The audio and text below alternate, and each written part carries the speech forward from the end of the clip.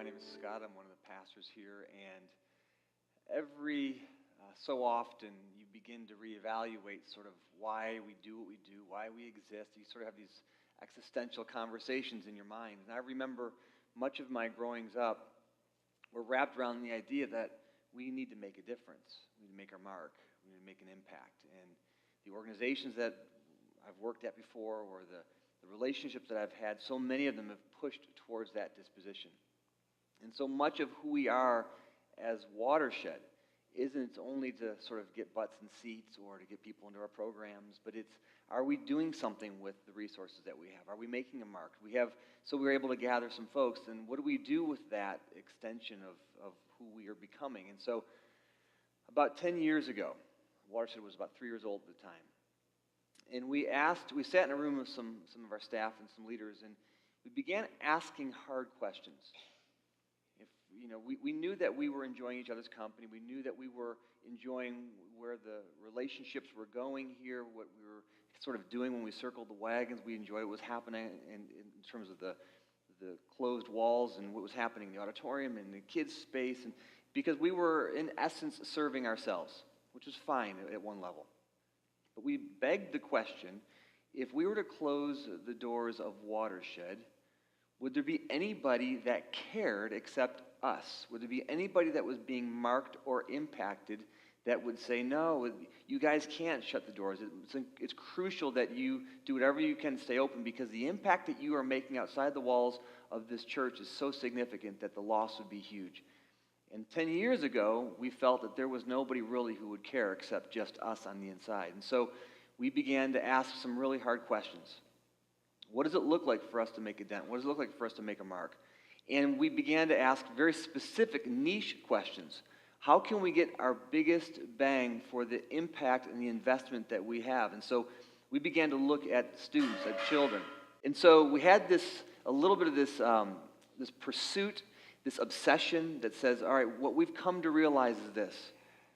It's hard to change an adult. It just is. Some of you are ornery and you're hard to impact, right? A kid is much more easily influenced. And so when we began evaluating what is the mark that we want to make and what is the dent we want to make in terms of what does justice begin to look like for us, we said kids are where we're going to go. We want to invest in kids. And specifically, we invested in the education space of kids. And so we created this program called Catapult. And many of you have been a part of it for a lot of years. We're about 9 years old right now. And that's been a ton of fun watching your lives change, our students' lives change, and we've enjoyed where that has gone. But we've decided to continue to morph it, continue to grow it, to expand it, to make it something that's more accessible for all of us. And so we decided to kind of take this current series that we were on, and for today only, just put it on hold. So if you're a guest this morning, you're going to hear probably the thing that makes our heart beat the most. It's our justice conversation. If you've been around here for a while, hopefully it will continue to charge you forward as to why we do what we do. When you do give generously, you understand the correlation between your generosity and justice, that when you do give of your time towards generosity, you get that very, very directly. So if you've been around a while, awesome. We're going to continue to remind you and give you very new and important information today that will push you forward. So here's the deal. Many of you don't know Ashley because maybe you see her through an email, text, or screen, or what have you. Or for many of you, you've known Ashley for a lot of years. But I'm going to invite Ashley to come on up. And Ashley is the director of our community engagement. You were in a Title I school, so you understand the nuances of some of the schools that we've been in. So Catapult, it's a big deal. It's important. From your perspective, why? Yeah. Well, good morning to all of you. So like you said, when I first came to Charlotte back in 2009, I came to be a teacher. So, and Catapult and what we were doing in schools for so long is really what drew me here to Watershed. So this is kind of a cool, surreal moment for me to be up here. But when I think about Catapult, the first thing that happens for me is I start to see faces. I start to see some of the faces of the kids that I taught kind of pop into my mind. And so there's one kid that I taught my very first year, and his name was John. And it was really early on in the year. I was brand new and 21, green as could be. And I would watch John every morning walk across the street. There was an apartment complex right across the street from where the school was. And so he would take the hands of his two younger siblings, and every morning he would walk them over to the school, and they would, he'd walk them to breakfast, and then he would actually go and drop each of them off at their classrooms. And so I just thought that was the sweetest thing, and like this great big brother.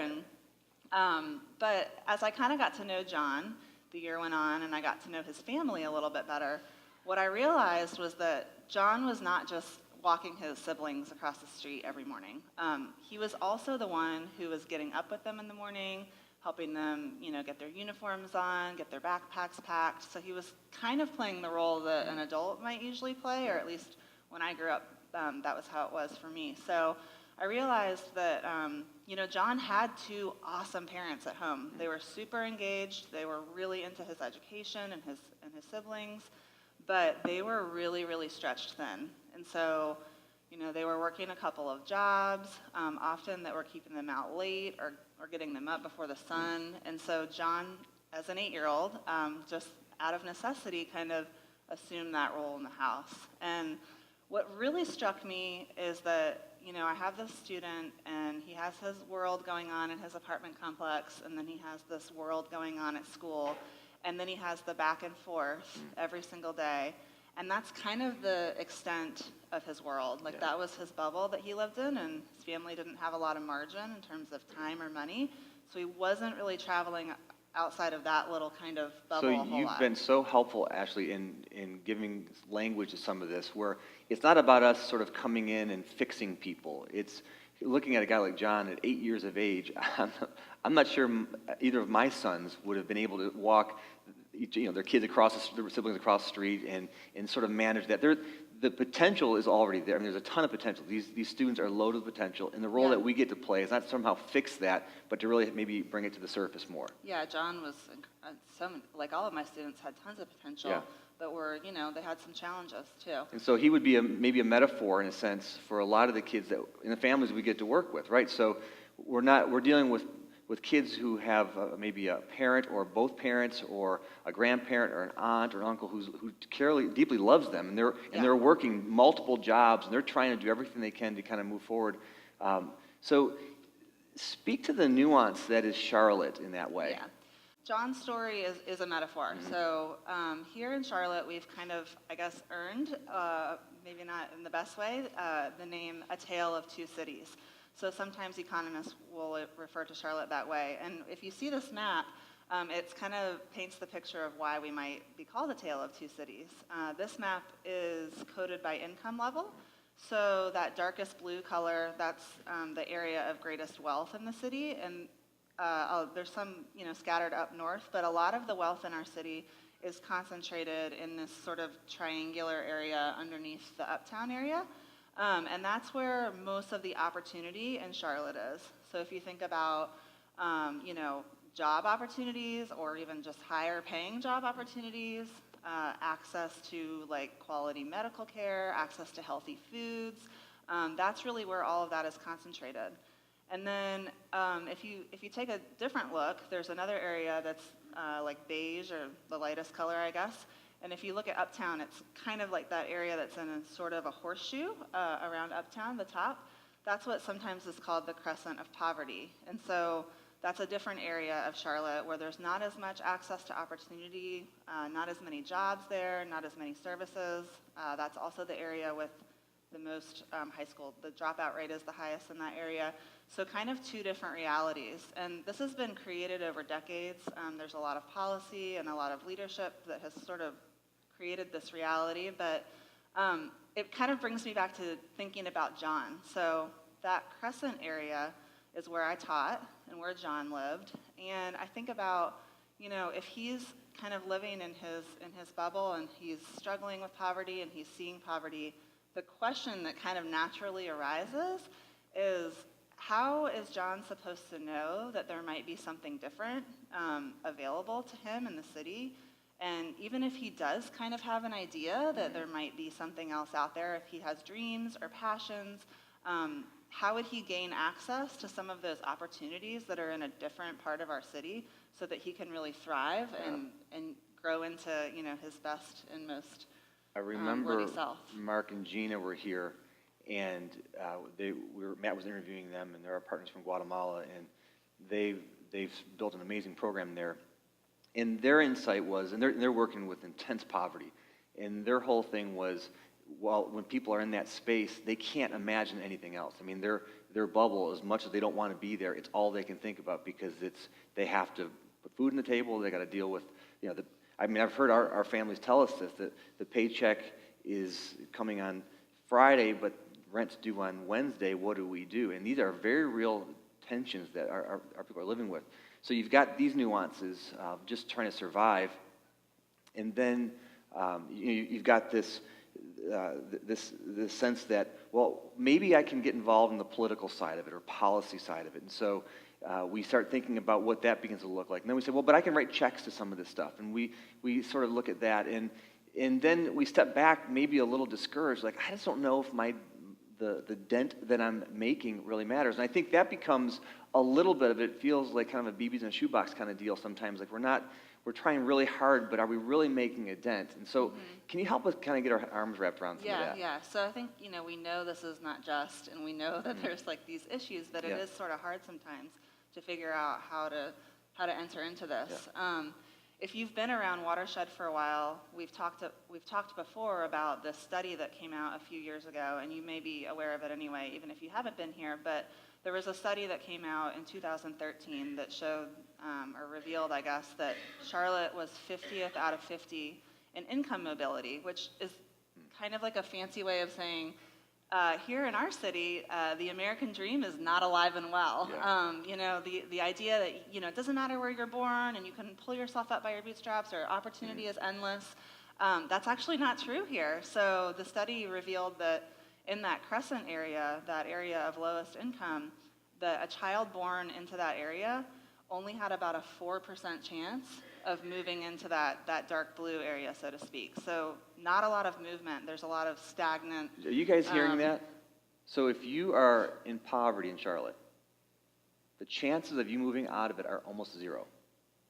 4% chance, almost zero. And the reason that I'm not even trying to be over dramatic in saying that. That is, I sat in this meeting on Friday, and Matt had some emergency stuff he had to deal with at home in Kentucky, and said he was supposed to be interviewing Ashley. So I'm sitting there for the first time hearing some of this stuff, and I had the same sort of response, like, oh my goodness, 4% of people make it out of poverty in our system. Something's off. Something's amiss Yeah. there. So what ended up happening was obviously something's off, and so a team of experts and researchers came together and spent a year and a half digging into this. So, really trying to understand the issues before sort of making any recommendations towards change. And so what they did was they interviewed a lot of that 4%, like those people who actually have been able to transcend some of this, and asked them, tell me your story. What is it? How are you able to be this slight margin of people? And the one thing that people almost always said was that they had some kind of relationship that empowered them and gave them access to opportunities that they would not have probably otherwise had access to just because of where they lived. So let me interpret the obvious here, if I can. So what I'm hearing you say is 4% of people in poverty find themselves moving out of it, and the one dominant factor has been the relationship they have with somebody who's not in poverty, who sees the potential in them and brings it to the surface. Yeah, and says, I see what's already there, and I'm going to empower you towards your dreams and making them a reality. And so, again, I look at this. We've said this a lot over the years. We don't typically send resources locally, money locally, because Charlotte, frankly, has a lot of money, and there's a lot of organizations that are raising funds and doing really good jobs of that. We send money internationally. We send money globally because those leaders and those cultures understand the best way to use those resources better than us going to those spaces. But locally, we feel like our greatest commodity are you guys, human capital is the word that you use. So in one sense, like, all of a sudden, this is falling in our like, this is us. We can do this. Yeah. It's like weirdly encouraging. Yeah. None of the math or any of that is that encouraging, but the idea that, like, it's, relationships, that's encouraging because, so many of you have already been involved with Catapult in the 10 years past. Yeah. And so, there really is this opportunity that we have that we can make an impact and try to, make a little more just way out of our city. So give me your mission, like coalesce it into a quick phrase. So if this is sort of the fancy way of saying it, but we're saying that Catapult is Watershed's, local justice expression that's committed to empowering those people or those youth specifically in Charlotte who currently have the least access to opportunity. So it's just saying to a kid like John, like, I see you, I believe in your inherent divine potential, we would say here, and I want to empower you to kind of, be the best version of yourself that you can be and grant you access to whatever you need to make that happen. So this is not something that's a pie-in-the-sky concept to you. This is very personal for you. So sure, you've done some teaching in some settings that might be challenging, and the potential is amazing in those spaces, and you've worked hard in those environments, but you've also made this very personal for you. So kind of give us your personal side of this. Yeah, so this picture on the screen is of myself during my second year of teaching and a couple of my students. And the girl with the braids, her name is Josiah. And pretty early on, when she came into my classroom, we just forged a really special connection.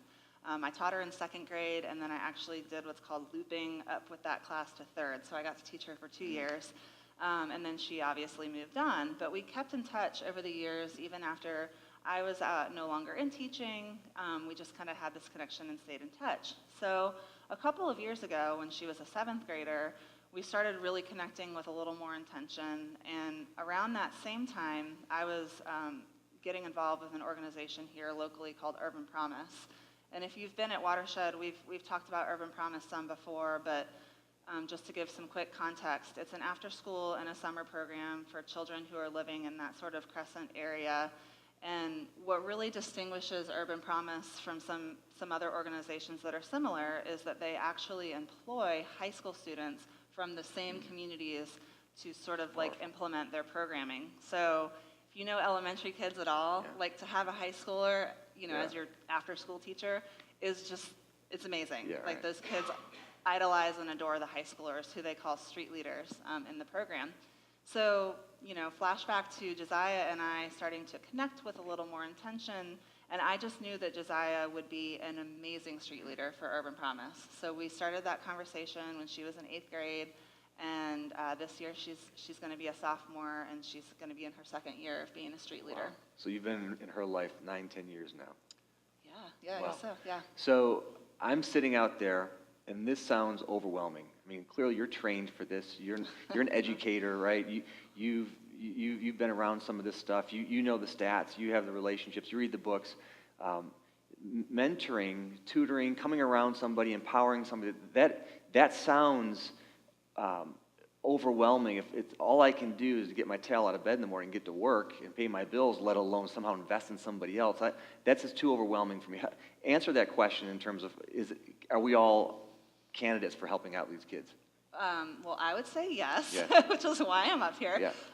No, I mean, honestly, it's really just, it's relational. Like, I don't know how else to say, it's just about relationships. And so, Josiah and I did have this sort of like background, but all of this is relational and is kind of student-led. So it's, you hang out with a student and you let them lead the way. Maybe you just go to a meal or you go to a park and you just kind of figure out what it is that a student is interested in, and you just kind of follow them and go along with them.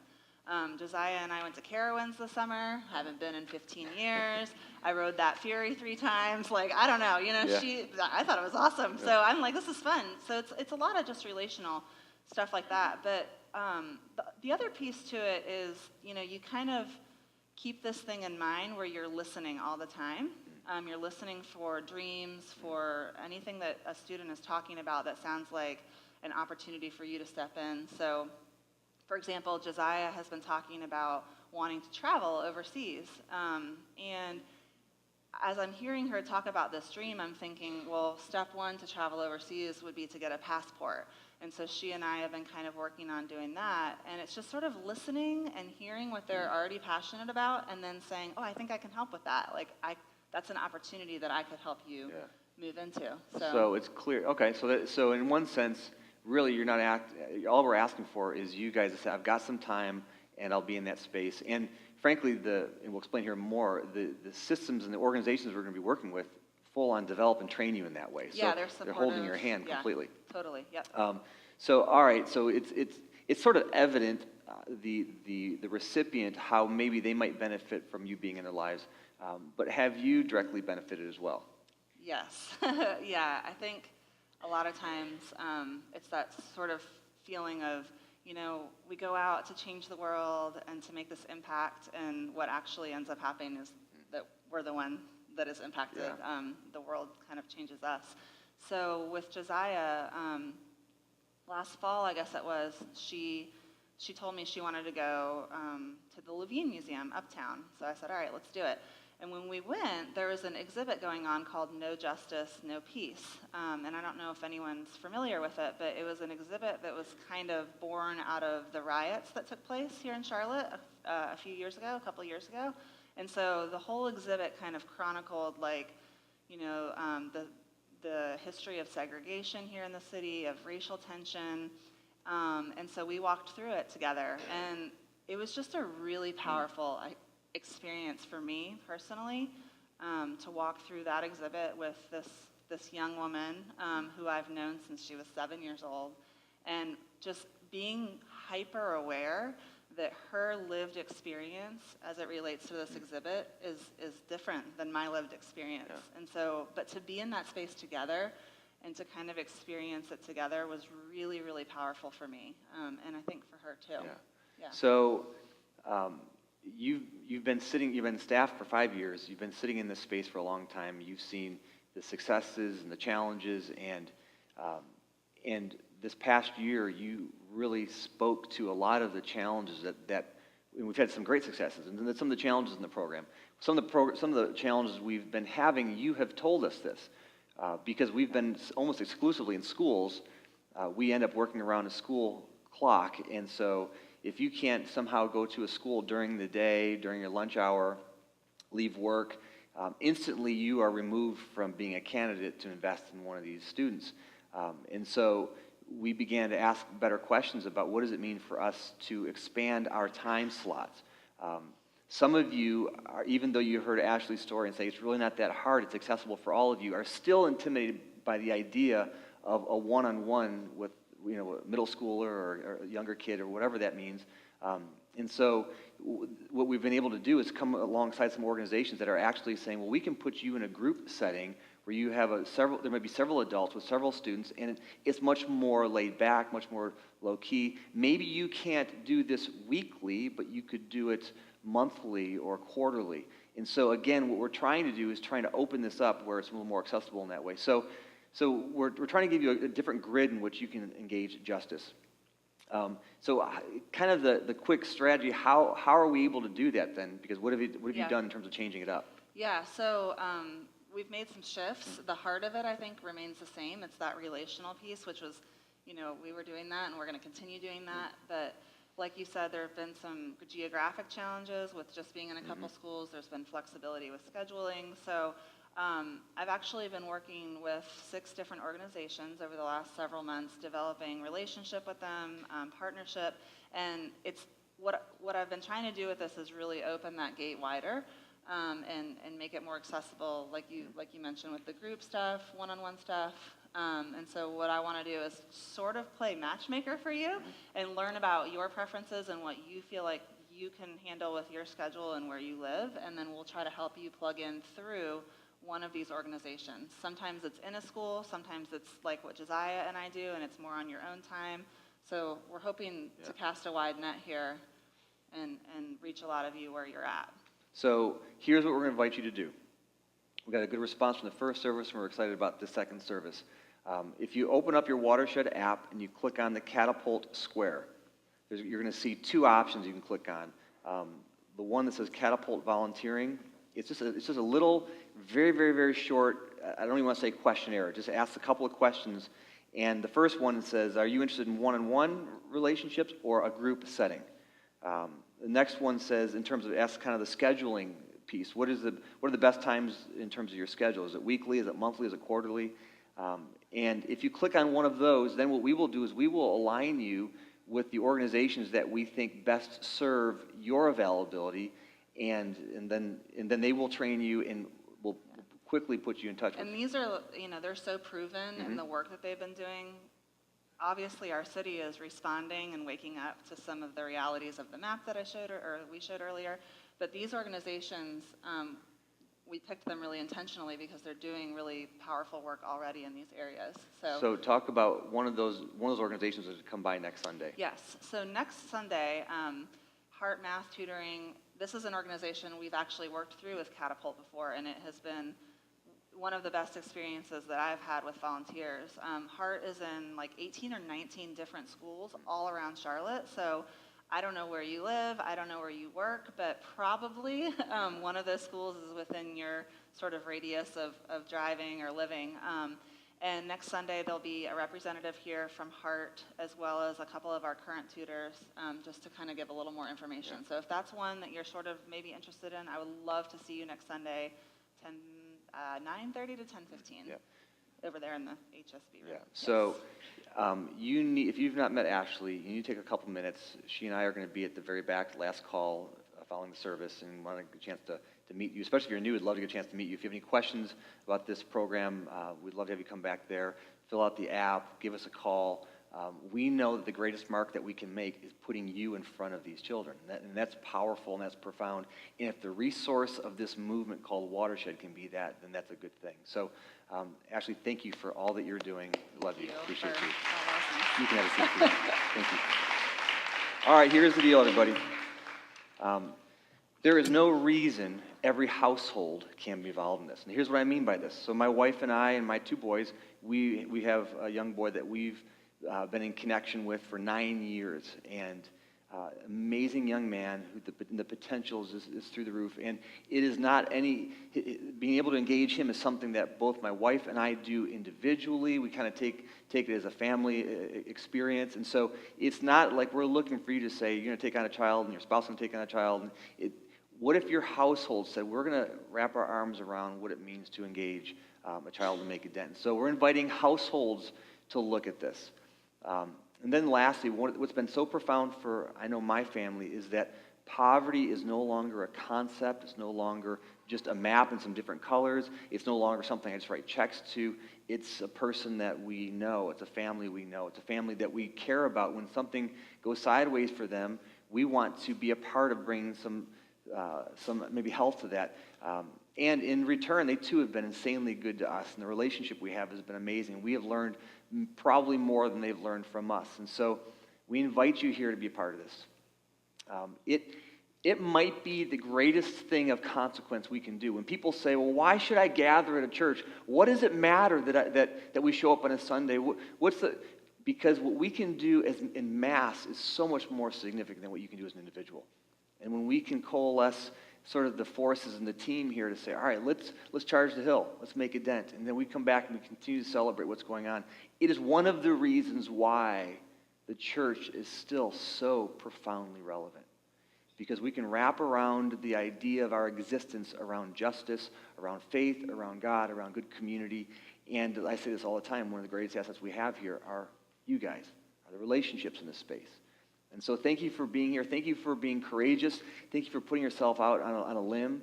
Thank you for being inconvenienced. Thank you for loving well. And we look forward to what the rest of this year looks like. So, Father, thank you for who you are. Thank you for loving on us. May we be inspired. May we be inspired by this video that we're going to see in terms of what it means to make a mark and make a dent. And we love you so much. Amen. You know, there are the children who feel like they're pigeonholed to one environment. I've only been exposed to so much, so this is the limit to what I can achieve. I don't believe that. Less than 10% of children living in poverty in the Charlotte area are able to escape poverty. It's very frustrating, probably for most nonprofits, but very frustrating for us, especially dealing with children. The children we serve are predominantly living in poverty. single-parent household, and or have an incarcerated parent.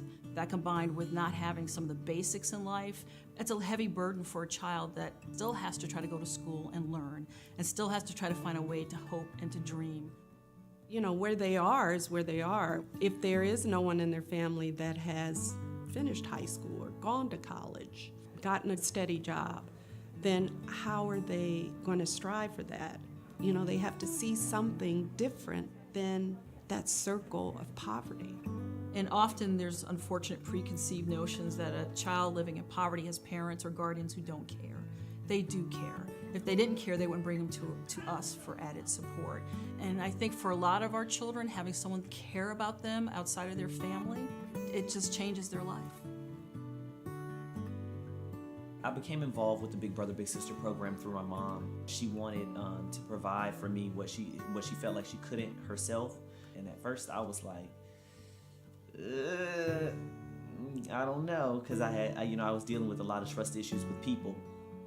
I was working at Bank of America at the time, and back then I was still wearing sports jackets, and I was all running late. And he was like, sorry I'm late, I just got off work. He had this professional demeanor. I was just like, wow, he seems like a really nice guy. I remember talking with Elliot afterwards, and he kind of laughed and said, when I first saw you, I thought you were just this stuffy person. That I was very tentative about the whole thing, but he was very happy the way it turned out. There's so many memories, oh my goodness. Oh yeah, you know, the one instances, they're kind of small and they're just moments in time, but the effort you put in today, tomorrow, the next day, you get to continue to see it years down the road. Even as a 12-year-old, he was driven for his own success, however he was defining it. So I just want adding some tools to his tool chest. In every situation, he had a toolbox. And he opened that toolbox, look, let's get the one we need today. In high school, my senior year, I was working 3 jobs. All I cared about was work, rather than, maintaining my relationship with Mike and my relationship with my family. I was, again, finding myself in that pigeonhole to where if all I'm exposed to right now is work, that's all I think is out there is work. That year is when my lung collapsed. And so Mike came to see me at the hospital. That was huge. And he talked to me about that, and he was like, look, Elliot, let's look at everything and look at it as a big picture. And so I realized, well, look, I'm part-time in all these roles, not full-time, not getting any benefits, no 401k, any of those things. And those are all tools Mike taught me to look for. So he was that guide, he was that mentor, 24/7, 365, whenever I needed him. Big Brothers Big Sisters mission is to change a child's life forever. So to be able to see some of the seeds that I think that I put in place years ago, he's been able to run with and take them further than I could ever imagine. The most important thing that the children need to be successful is to have hope. And I've probably supported hundreds of matches, and I have never had a match that there was not an impact. You just see it, the pride and the joy on that child's face. You can tell there's an impact that child would not have had without that person being there, guiding and supporting and coaching and inspiring. They'll be the first in their family to establish that generation of success. Elliot is such a great example of what a child can achieve when they have the support of a mentor like Mike. Elliot currently attends Fayetteville State University, and he is the student body president. He will be graduating this spring. He's going to be going on to grad school. There are so many more children like Elliot, and we cannot wait to match them with a big brother or big sister, because we know they can help change a child's life. I do look at Mike as a life navigator, because as someone who came in to help guide me and to get me in the direction where I should be going. So my life was forever changed, because I don't know what my life would have been like without him.